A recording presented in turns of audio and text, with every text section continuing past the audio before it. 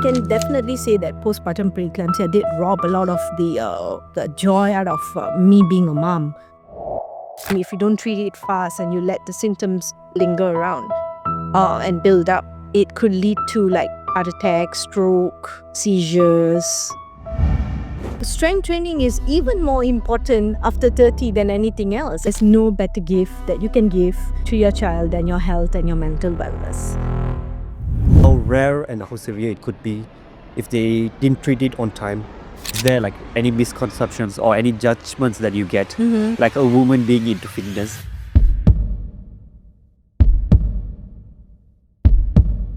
Hello everyone, welcome to the very first episode of Stride Minded Podcast. I'm your host Vhisyhnu, and I'm super thrilled to embark on this journey with you all. Today we are diving into a very important topic on this episode: how women can embrace fitness, especially after their first year postpartum. I'm joined by a very special guest today, Priyanka Patel, a good friend of mine, and also a working mom, a fitness enthusiast, and most importantly, a survivor of postpartum preeclampsia. Yeah, I'm pretty sure you all might be wondering what is postpartum preeclampsia, and I hope I mentioned it correctly. Yeah. Yeah. So we'll dive into what is postpartum preeclampsia and her journey through that, and how fitness helped her on recovery. Her story is strong and powerful, and I'm pretty sure it's going to resonate with so many of you. Hello, Priya. Hi. Thanks for joining us. Thank you for that wonderful introduction.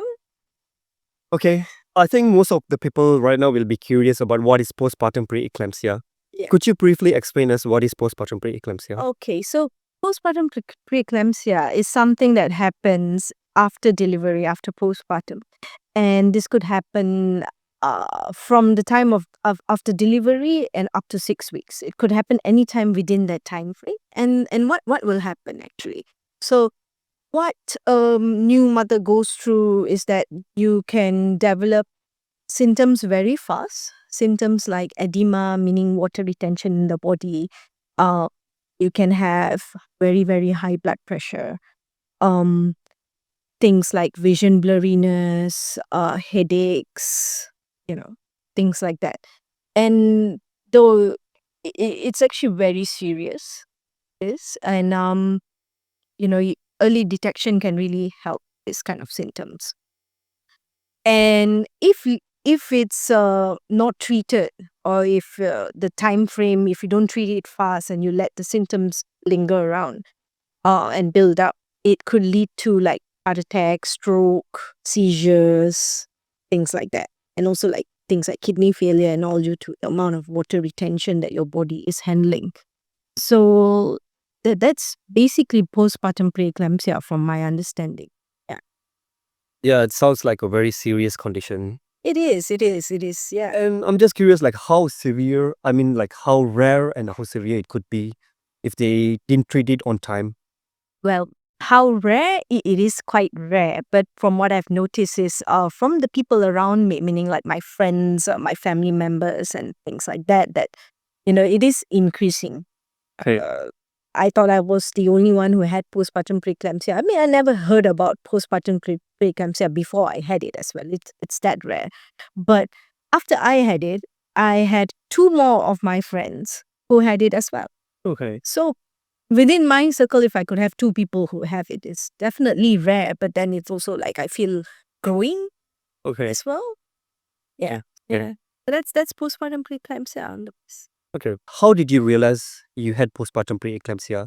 When was it? Was it like last minute that you found out that you had postpartum preeclampsia? Yes, I think unfortunately for me, because I didn't have any awareness of what postpartum preeclampsia was, and that my pregnancy was very normal. There was no abnormalities in the pregnancy or in the delivery for that as well. So I didn't doubt anything would be wrong after my delivery as well. So with no awareness and with full confidence, I didn't think that I would be having this. So I came back home 4 days after my postpartum, after getting discharged from the hospital. I came back home and I started having swelling on my feet, like my full leg, my body. I looked in the mirror and I was double the size that I was. And I thought it was like weight gain or stress or something like that. But it's far more different than that because there was water retention building up in my body quite fast actually. Within 2 nights, like I shot from 58 kgs to 70 kilos within 2 nights. Yeah, that's from what I remember because I have a weight scale in the house, so I could just like jump on it and check. So that was quite there, but I didn't think then as well that was quite serious because I was quite busy with being a mom because like it's a on the clock job. Okay. So The weight gain is common. no, it's not. It's not. But me being me, I was just in mommy mode and I just didn't care about myself enough to actually realize something was seriously wrong. So that was one where the water retention build up. I did check with my gynae that, my feet are swollen. Is this normal? Because it is quite normal as well after pregnancy to have some amount of feet swelling. So he said, yeah, okay, you can use compression socks and go about it. So I said, okay, nothing serious so far. But then one night when I tried to lie down, I felt like I was drowning. So I couldn't really sleep. So the moment I lie down, I'm like gasping for air. And that was something like I felt, this is not right. But again, I ignored that as well. Silly me. But at that time, I thought everything is just, this is how it is. It's normal kind of thing and all that. Things started getting a little bit more serious in day 2 when I started having vision blurriness. I started having severe mood swings. Like I could get angry, I could get sad, I could get so much of emotions. I'll be laughing uncontrollably the whole time. It's so weird. It's like, it's really weird.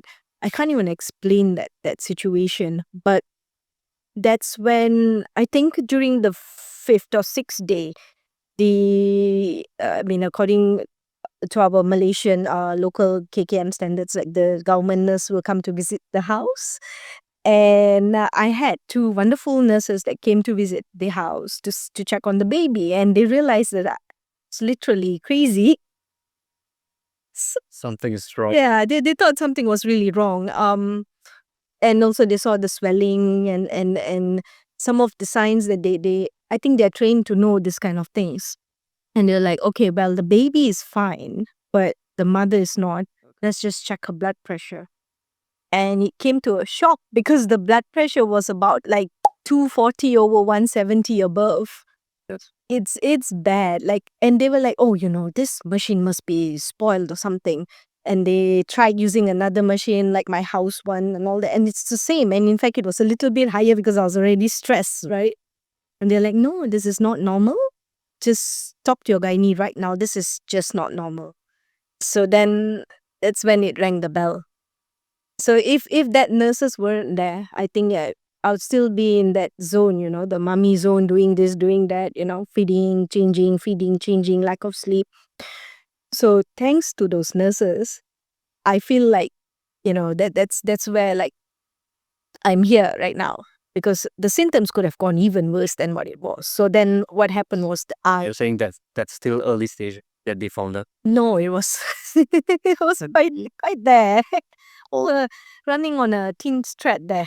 But yeah, I then called my gynae and I showed him the blood pressure because I was so naive that time that I didn't know that 240 or 170 and above was like crazy. Like I'm like so casually sending him like, okay, this is my blood pressure. What do you think?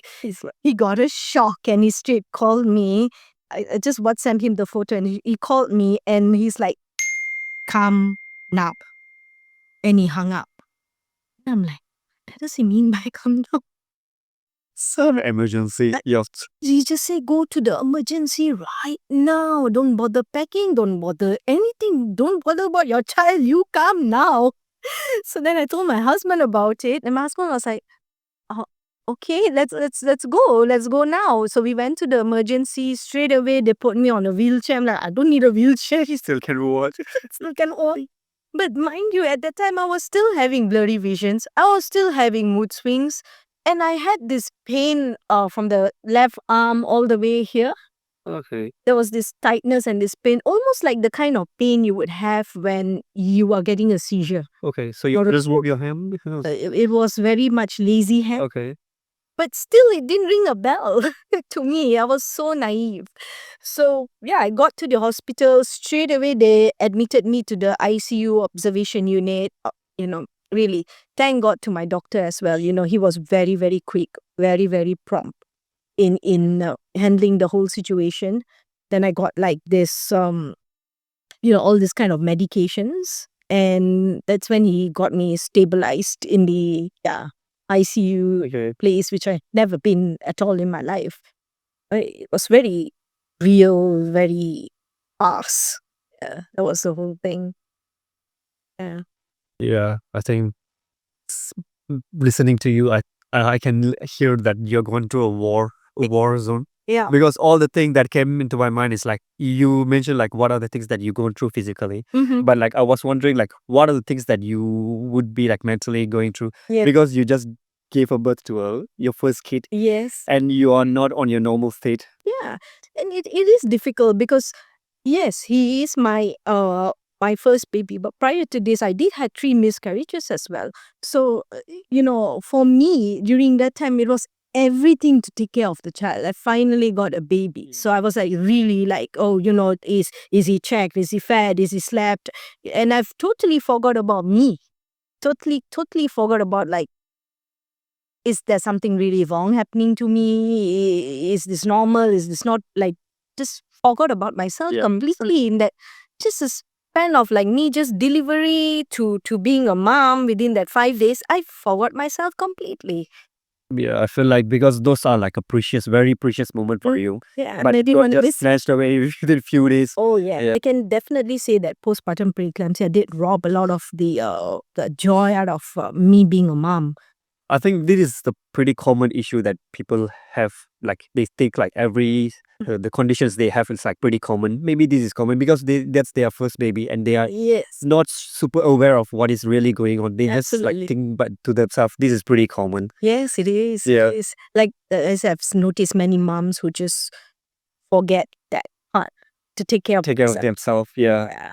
It is stressful to have a responsibility of a newborn baby and a new life to yourself. Yeah. It is something. Yeah, It's that's big. correct. Yeah. Because that is very important for a mom to take care of herself. Yes. Because if she is a strong woman, then only she can be strong for her kid. Exactly. Yeah. That's exactly. Okay, so how was the treatment? How did they really treat you for the postpartum preeclampsia? So when I was admitted and then they took me to the ICU observation area, the first thing, the memory that I have, very, very clear memory up to today, is they put a big injection here, they put a big injection here, another here. There was ECG all over me. And what they did was actually they put magnesium to lower down the blood pressure. And then they had a catheter on me to drain out all the fluid and all. So eventually the amount of things that I went through was that constant medication going, the constant blood pressure going high and low, and it never went below 140. The pressure was always above 140. Though from 200 it did went to 140, but it didn't go normal.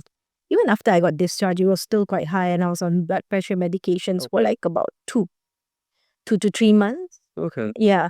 So I had blood pressure medications on. I had ECG done. I had about about 7 liters of fluid that drained out over the 5 days course in the hospital.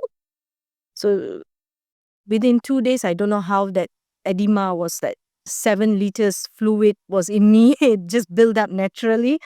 Yeah, my lungs were filled with water. My heart was enlarged. Okay. My brain was surrounded by fluid. It was compressing. That's why I was like crazy for a while, I guess. So how long did you were admitted for? 5 days. 5 days. I think even though you're physically over there, but you keep on you should be keep on thinking about your baby. How is he doing? Sure, because And did you get to see your baby like time to time, or no, for the full 5 days you didn't get to see your baby? no, because my husband was really full on daddy mode. Okay. He runs a business, and for him to leave everything behind, and he's like, you know what, all hands on deck. I'm going to take care of the baby. You have to take care. You have to get up. We're going to, come and go. We're going to, arrange everything seamlessly and get that done. So everybody had, my family members, everybody had their role in that. So yeah, I didn't had people visiting me and all, and I'm pretty glad, because that time I think it was COVID time, and it was a bit hard as well. 2021, yeah, it's a bit hard to get that visitation thing going on where everybody comes to the ward and sees you. But honestly, it was kind of a blessing to me, because People around. I think when more and more people were calling me and asking me, how are you doing, what happened and all, and me explaining it again and again, because it was still very fresh. It's like repeating your trauma again and again. And that was quite stressful as well. Yeah. Yeah, but I think the good thing is like you have people around, and especially your husband. Yeah. Like I really respect what he did. Yeah. Yeah. So that's a good thing that you don't have to fight this war all alone. There's people support you. So that's a very good thing. Yeah, it is. It is. And that's the thing, right? Most new mothers, they want to do things by themselves, everything. I mean, some of them, especially like me, I want to do everything by myself. I don't know why. It's just very ingrained in me. And it was very, very nice to see the kind of support that I received from everybody during my lowest time. Just everybody just being there for me and, taking the burden off my plate. I think that really helped me as well. That makes the situation Yes. so much more better. Yes, yeah, for sure. So at the end of the day, I'm very grateful to the nurses and to the doctor, that my gynae who treated me. Very prompt, they know what they're doing, and also very grateful to be able to trust them with everything. Literally, like, I put my life on his hands. That's all I did. Because for me, I was like reflecting, oh, this might be the end. Because like you never had the worst that came to you. And when it comes to you, you'll be stuck thinking, oh, what shall I do now? Or is this over? Is this what after this? Am I going to be on medication the whole life? Am I going to do this? Is there limitations for me? And yeah, so I'm very grateful to the nurses and doctors. They did what they had to, and they did it at the right time, very prompt, and I'm here today because of them. So my next question is like, how did this journey through your postpartum preeclampsia affect your life afterwards? Yeah, so that was a little bit more difficult actually, because it was very much long term. So I did struggle with postpartum depression for about 2 years after that incident, and I had to learn to pick myself up.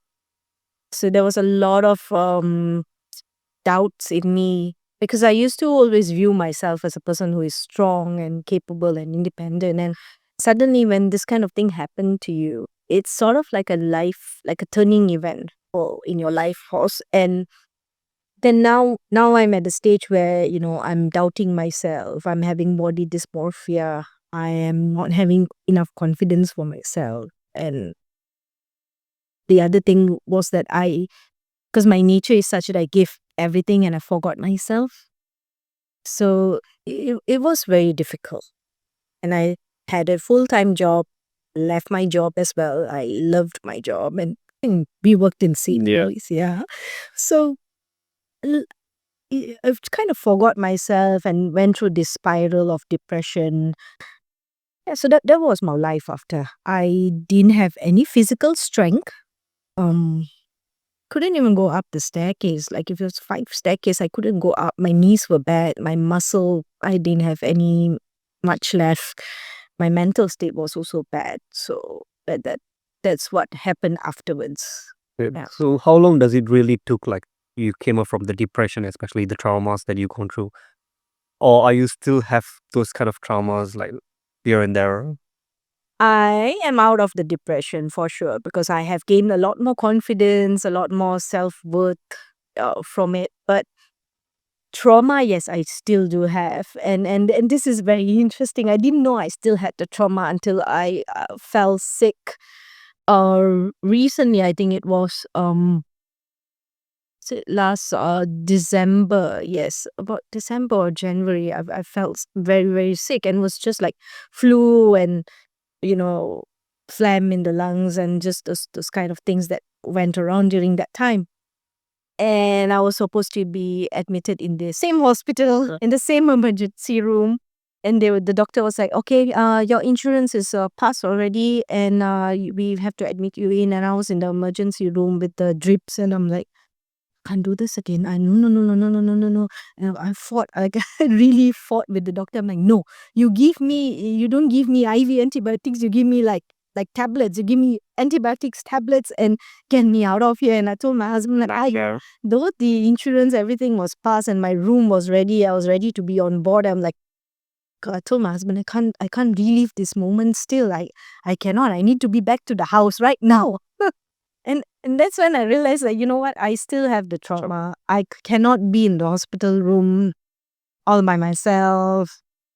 I don't know. Just it's still there. Still working on it though. Yeah, I think it's about living with the trauma and how to adapt Yeah. that.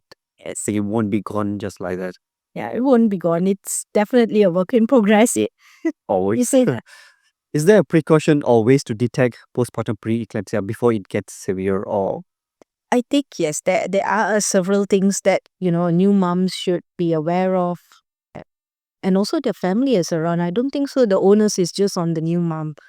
I think it's within the community that she's surrounded and the family members and the spouse as well.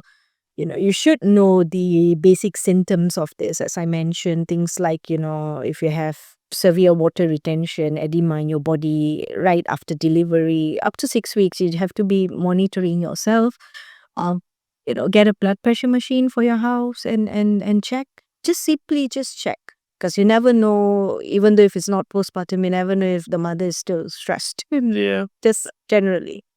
Um, if there's any headaches, vision blurriness, if there's any sudden mood swings like I had, it's very, very noticeable for the people around her. Not so much for the person who is going through it, but the people around her, they will definitely notice because it's quite obvious in that way. Um, yeah, things like if you have headaches, if you have like this tightness in your neck, if you cannot sleep properly, it could be anything. It could be not postpartum preeclampsia, it could be that, but these are some of the things that should be noticed. Also, some people, if you are going to like government clinic or private clinic, you can opt for like just a routinal postpartum checkup, just to instead of me, I was lucky that the nurses came to my house and I'm saved, but what if no? So go and check up. Also, it's very, very important for the people around, the spouse and the mother itself, to be educated and to have the awareness of the situation, because early detection can really, really save a lot of damage, can save your life.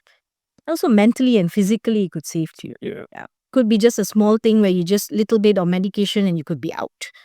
Yeah. Rather than dragging it for so long. Yeah. yeah, I think this is very important info to all the mothers. Nothing is common. Don't wait until for the last minute. Yeah.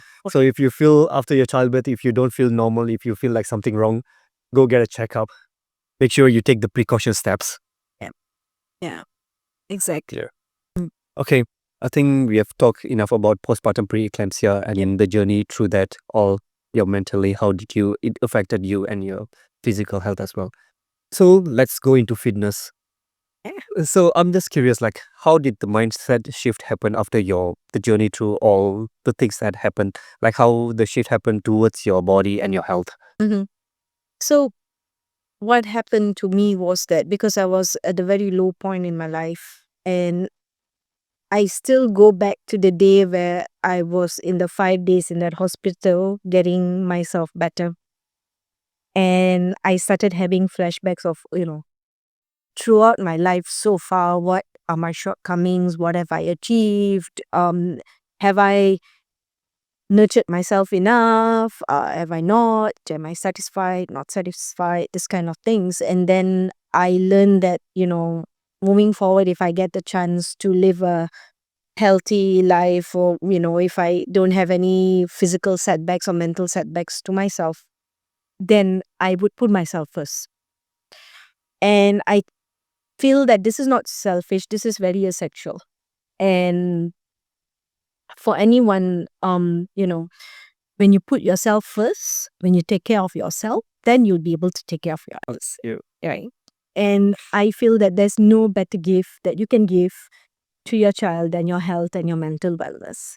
So you don't hold your child back, and in fact, you can grow with the child together in the healthiest possible way. Yeah, I think the worst sacrifice that mothers do is their health sacrifice. Yes. Yeah. And I don't think that should be the case. In most cases, I don't think that should be the case. I think that health, by health I mean physical and mental, it's more important, not for the mom, also for the father as well. Both the parents need to be equally equipped physically and mentally to raise a child, because still again I would say there's no better gift.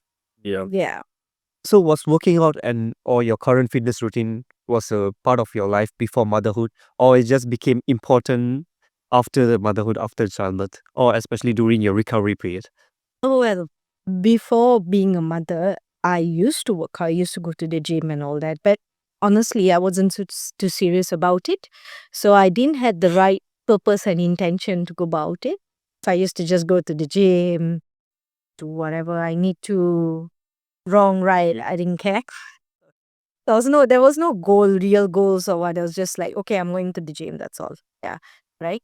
So then now that I have gone through what I've gone through, being more fit, having the purpose is even more important. Yeah. So could you explain more on that, like how important, what the change happens on the importance of the fitness that you, I mean, before motherhood and now? Mm-hmm. Yeah. Because now I have a life to take care of, and I also have a new purpose for my life. I want to be able to keep up with my son.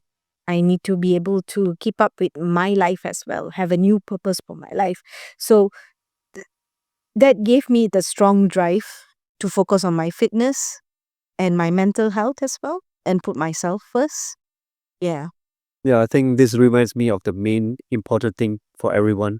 If you want to be into fitness, let it be to take care of your health. Your reason behind that should be a strong. Yes. Your why should be strong in order to for you to pursue any kind of goals or dreams in your life. Yes, absolutely. Yeah. Yeah. Another question I'm curious about, like what really helped you to fully recover from postpartum preeclampsia, physically and especially mentally too? Mm, yeah, there were a few things that I've applied.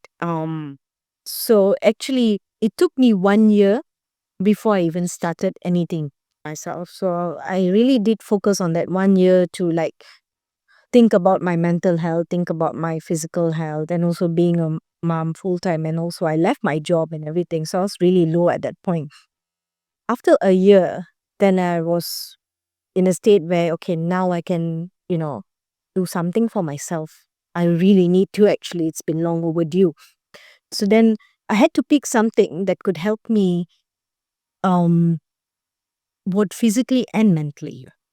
So then I chose yoga as that. So I used to go just once a week for my yoga class, and you know and that was really, really life changing for me, because the I didn't go to like the normal commercial yoga. I actually went to a proper, you know, yoga place. So a proper guruji that would teach me yoga, not only just doing pose, but different breathing techniques, Okay. uh, different kriya yoga, different nose cleansing, and all that kind of thing. A lot of meditation, a lot of chanting. It really helps. It really helped me. And honestly, I'm so grateful to my Guruji, Mr. Nuja Doshi is wonderful. And that's where I learned what is intention and purpose when you're doing anything at all, whether it's fitness, it's gym and all. Um, you learn about your intention and your purpose of doing certain things. So once I became more confident with myself after doing yoga, and I gain more, stability in my body. I'm able to like balance myself, get that proper, balance for my body. Then I thought, okay, you know what? It's time to go back to the gym, right? And that's when things really change in terms of mindset. Why am I going to the gym? What's my purpose? What is my intention? Right? Because you can easily just go to the gym, carry weights, right? Okay. But what's the purpose here? You want to build muscle, you want to be stronger. Are you focusing on strength training? Are you focusing on cardio? What kind of workout you want to do? Are you into CrossFit? Are you into high rocks? Are you into like weightlifting? What do you want to do? So then I joined back the gym with a strong purpose and intention.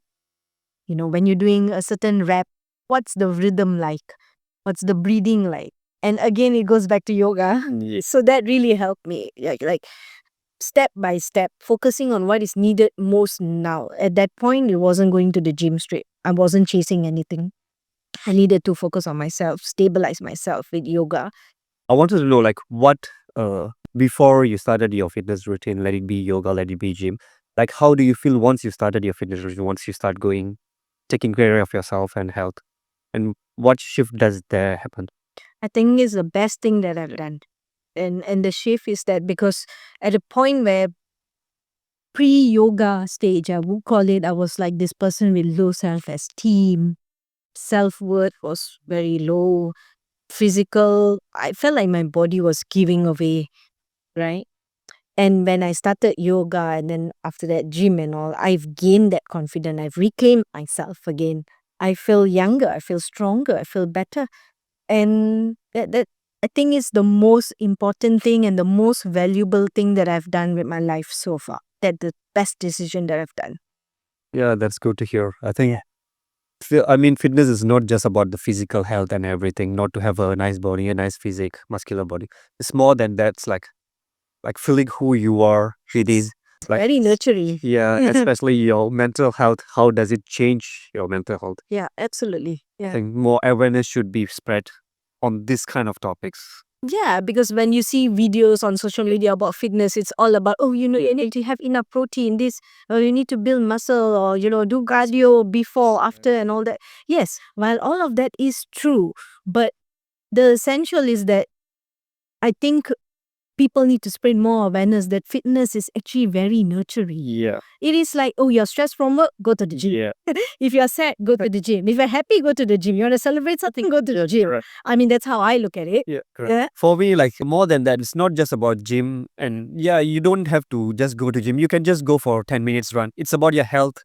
It's about your lifestyles. Everything. It's because the things that you get from the fitness by taking care of yourself, it's gonna apply on other aspects of your life. Let it be your social life, let it be your work life, let it be even your relationship. You're gonna just feel better within. Yeah. Yeah. And there's also a certain amount of discipline that is attached to it. Yeah, correct. The drive, the discipline, Yeah. the goal-oriented mindset, Yeah. right? That also helps you in your work, in your employment, or if you're running a Yeah, business, correct. anything at all. The clarity that it gives you in your head, that you're thinking straight. It's not only, as what you mentioned, it's not only what you can get in the gym, but fitness in general. You can go outdoor, you can do a lot of things to get that as well. Yeah. Yeah, correct. Like fitness it's health. Yeah. If you don't have time to take care of your health, and what is more important than that? Yeah, absolutely. Yeah. Another thing, after hearing your fitness routine and your fitness journey, like I'm super curious now, like being a mother, like, because most of the mother will give this as a reason for not taking care of their self, let it be their fitness or health. They don't have the time, they have to take care of the kid. So I'm just curious, like you have your kid with you and now you have to take care of yourself as that, like you holding two plates together. Like Yeah. how do you balance the time? Well, there are more plates than that. That's why I do have a job now too. But I would say this is something, right? Because in your life you'll meet certain people that will give you certain words or certain codes that will just stick to you.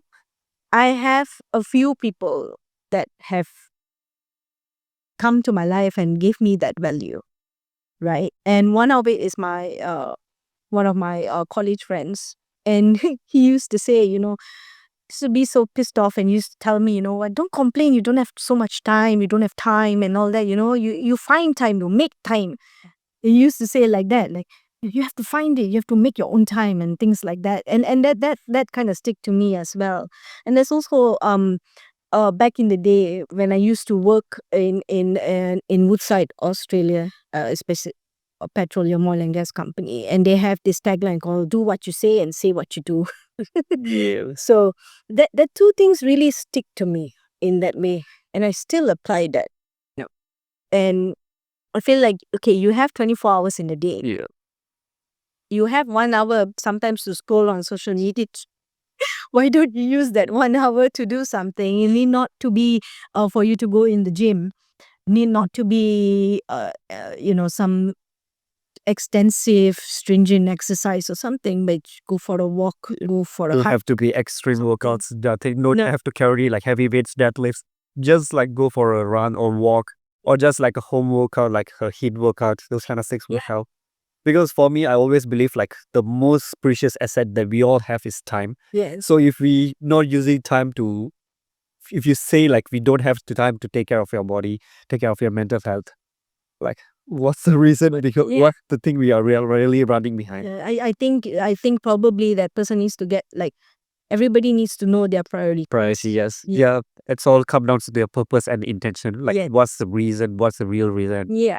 How you prioritize everything you're holding. Yeah, exactly. And I have a fixed routine for myself that helps me balance my fitness, my being a mom, me being in the house, and job, and just everything else that I juggle with throughout the day. So I have a fixed routine, Okay. and everything else is noise.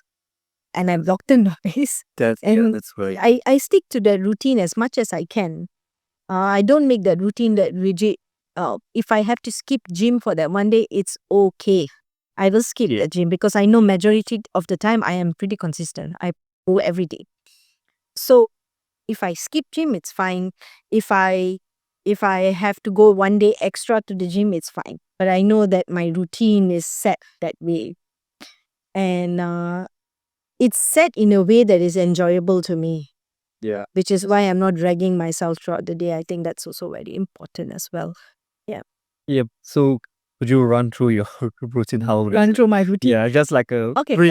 A standard routine would be something like so I go to the gym 3 times a week. So that would be Monday, Wednesday, and Fridays. Tuesdays and Thursdays I go to the office. Like I literally go to the office. The other days I work from home.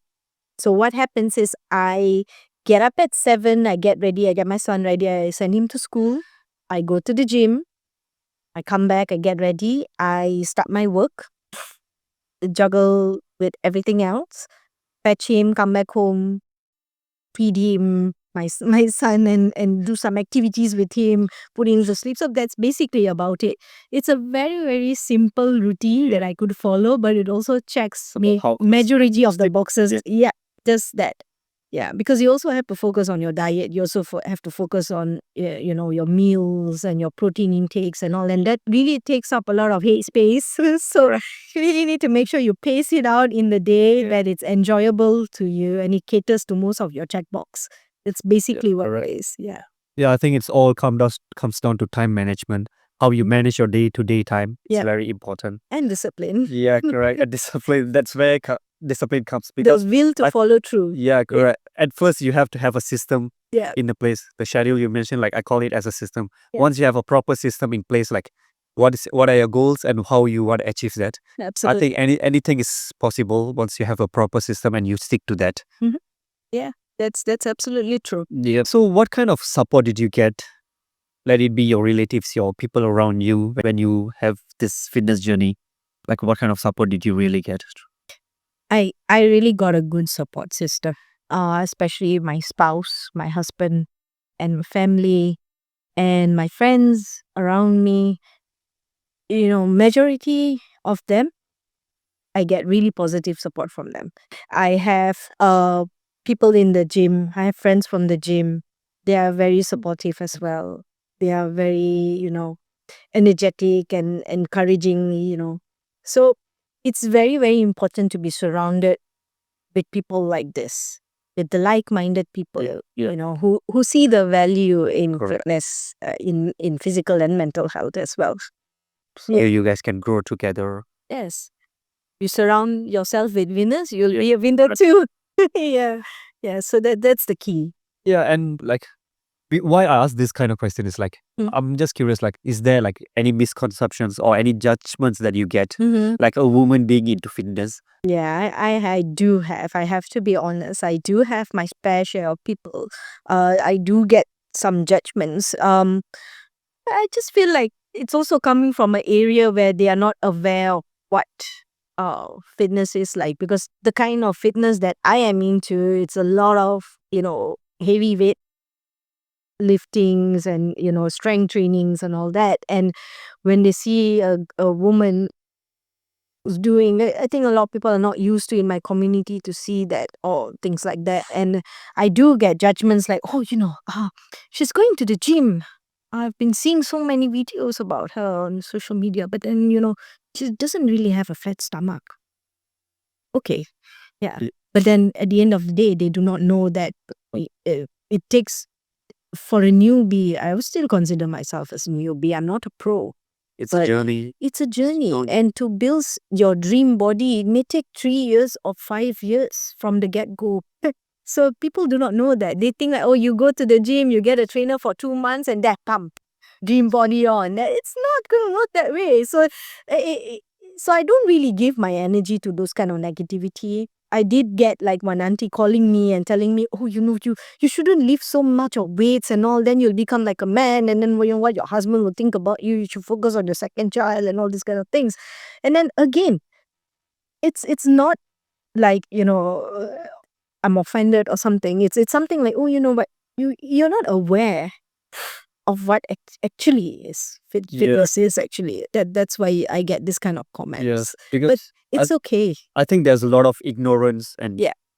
there should be a lot of awareness spread about women being into fitness, because they think like once women enter the gym, they're gonna have like a muscular body, like you look like a man. No, it's not about that, because the strength training is important for everyone, especially for women after childbirth. Let it be after childbirth, especially after their menopause. Yeah. Their strength training is very, very important, because by the time you age, your muscle gonna drop Yes. and you're gonna feel weaker.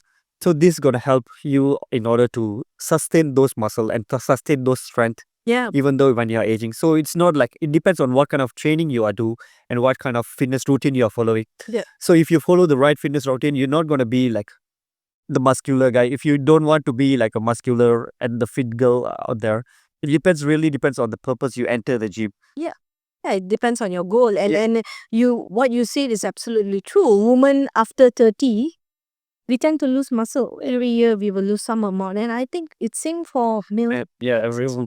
Yeah, but if I'm focusing on women, I would say, yeah, strength training is even more important after 30 than anything else, and even more so important with nutrition and proper protein intake and all, because you can apply tons of creams, anti-aging cream, these, that, all. Yeah. Honestly, muscle is your biggest organ that will help you reverse your age. That is like anti-aging That's for very true. me. And if you're going to go to the gym and carry CC weights and think like, oh, this is going to build me muscle and I'm going to be like nice and toned up, forget about it. You have to carry heavy weight. You have to have that, the micro tear in your muscles to actually grow your muscles. Yeah. Yeah. What you really wish that mom knew or aware about postpartum health, and what are the advice you would love to give them?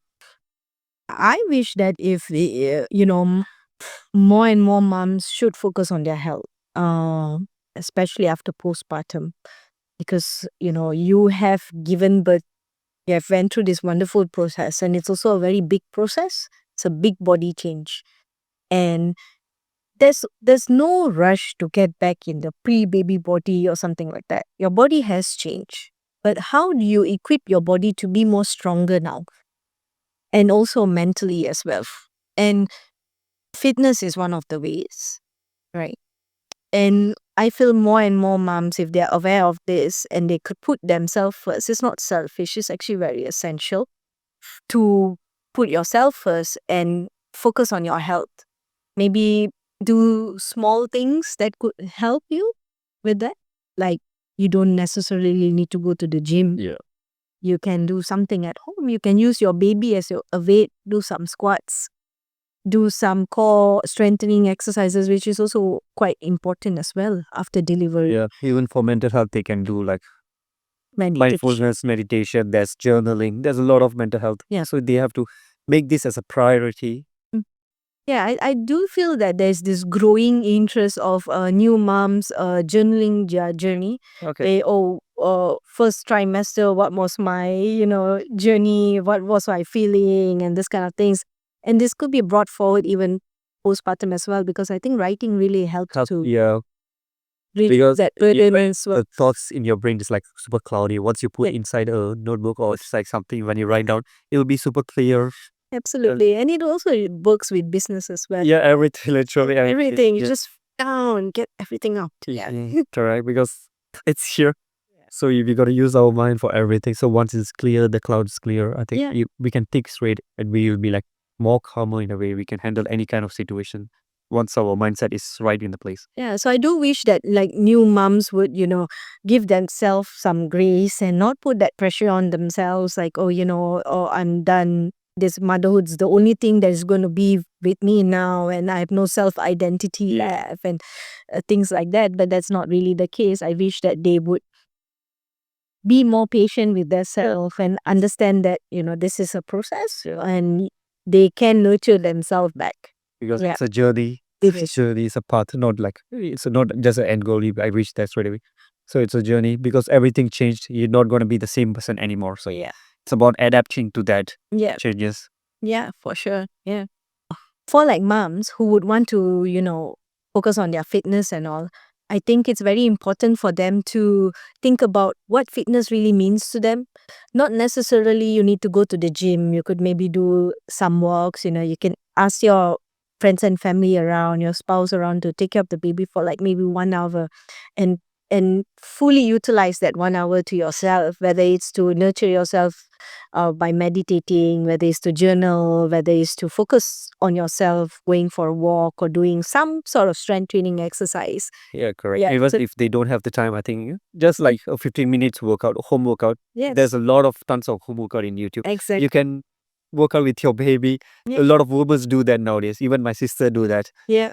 So there's no reason you give for not taking care of yourself. Yeah, I think yes, there is no reason, but also the fact that the importance is not emphasized, and many moms Correct. don't The feel emphasis is not. yeah.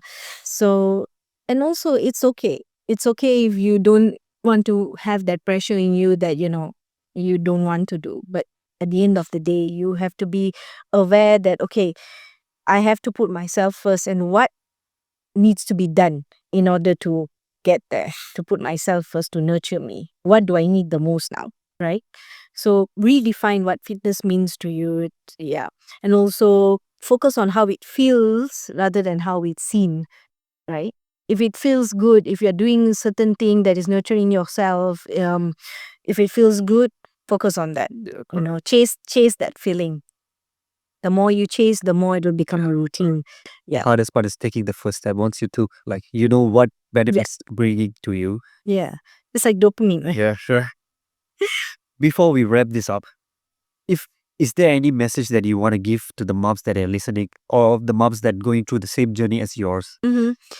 Well, although postpartum preeclampsia is rare, but it's very, very important for you to get an early detection. So awareness is one of the biggest things that I feel that moms should be equipped with. And not only moms, I think the spouse and the family around, because that's also very important, the ecosystem that she's in. Right. So if for the mom who is going through postpartum preeclampsia currently, who's going through this and who's watching this, I just want to tell you that, have faith, have patience with yourself, and you will be better. It's very important to seek for medical advice. It's important to trust in your doctors and your nurses and your family members around you to take care of your baby, because that separation that you have from your baby when you're taking care of yourself in the hospital and all that also could be very stressful to the new mom. Yeah.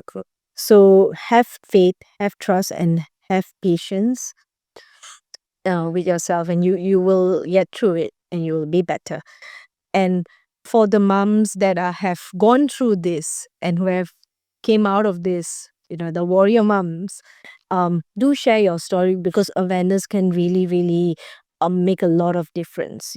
Early detection, the awareness will bring early detection, and this will definitely help a lot of life. Because I know by me just putting up one simple post on my Instagram about me and my postpartum preeclampsia journey saved 2 lives within my community.